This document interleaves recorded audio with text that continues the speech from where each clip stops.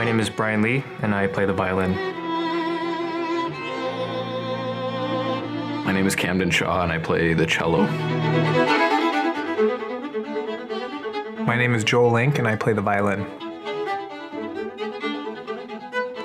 My name's Milena Pájaro van de Stad, and I play the viola.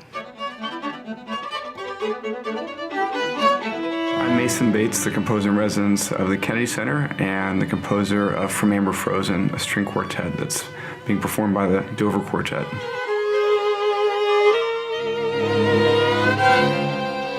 String quartet is the iconic chamber music ensemble, and that comes with a lot of baggage, a lot of weight, a lot of wonderful things too, because it's just this beautiful ensemble made up of four people, almost like in a giant marriage. They're kind of working together.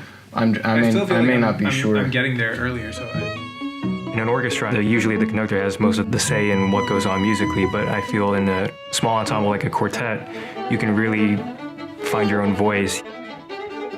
You're constantly shifting performance roles. You'd go from a soloistic role where you're the primary voice and then instantly, in just a moment, switch to maybe a secondary or tertiary role where you're really background.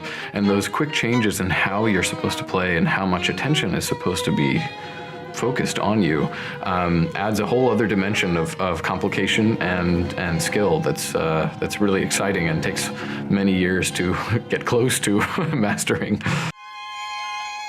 I think for people watching, it's tremendously interesting because there's just enough happening where you can really pick out different things, but you're not just listening to one thing all the time. So it's got a lot of interest kind of happening at all sides.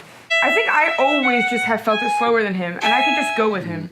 I really love the social nature of music making, which is something that you can't really get as a soloist that much, but yet, being in a quartet, you have your own voice, which is something you don't really get that often in orchestra as a string player. And with my particular group, the Dover Quartet, we've been together for 10 years now. So we know each other as musicians better than probably any other players we ever play with.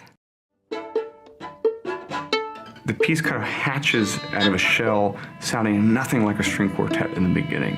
All kinds of exotic sounds on the string instruments. And over the course of the piece, it gradually warms up and begins to kind of come into the sound world of a string quartet with long lines, melodic lines, a real melody, really lush harmony. And then it kind of devolves at the end, back into this almost percussion caveman world of sound effects. Almost like, film of a little evolution of a string quartet as seen through the amber frozen on some kind of a dinosaur. It's very rhythmic, so there was a lot of metronome work. You have to have a lot of tempo memory in a way because a lot of the sections don't quite relate to each other tempo-wise. I think one of the hardest things is switching really quickly between playing with your bow and then playing pizzicato, because to play with your bow well in some of those situations, you have to have your hand quite far away, and then instantly you have to not only be back here to pluck, but you have to have your bow in your hand quietly, right? So you have to switch. It's almost like switching instruments really quickly. Especially with a piece like this, the style is very exact, and there are things kind of popping out of the texture all the time. And if they don't line up exactly right, then you kind of miss the point of it. You kind of miss how he's taking a melody and just ping-ponging it around the group. So it really just had to be like this little rustling thing. Yeah. One of the wonderful benefits of working with a living composer is that you can actually ask them questions firsthand.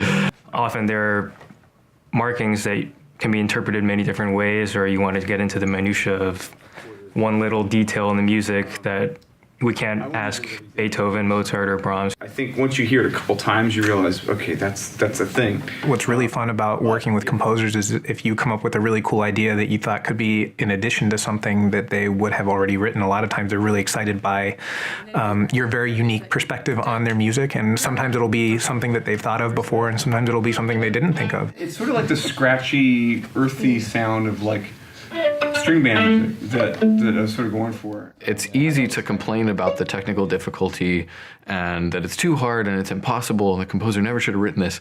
And we forget that they said the same thing about everything that Beethoven wrote after the Opus 59s. So most composers have been pushing the envelope a little bit or imagining things that I don't think they're even trying to push the envelope. I think it's just that the imagination knows no bounds.